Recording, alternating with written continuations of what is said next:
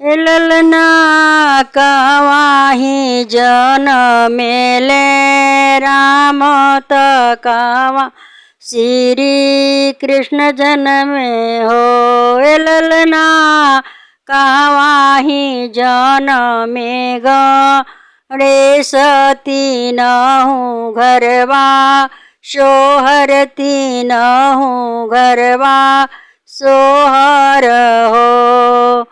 अयोध्या में जनमेले राम त गोकुल में श्री कृष्ण जनमे हो।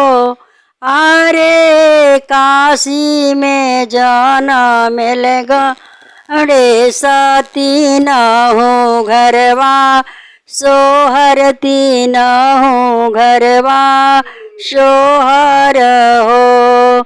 के ही लुटावेला अन धन के ही सोना चानी हो। अरे के ही लुटावेला शंख चूड़ी तीनहु घरवा सोहर हो। देवकी लुटावेले सोना चानी अव रूसे अन धन हो।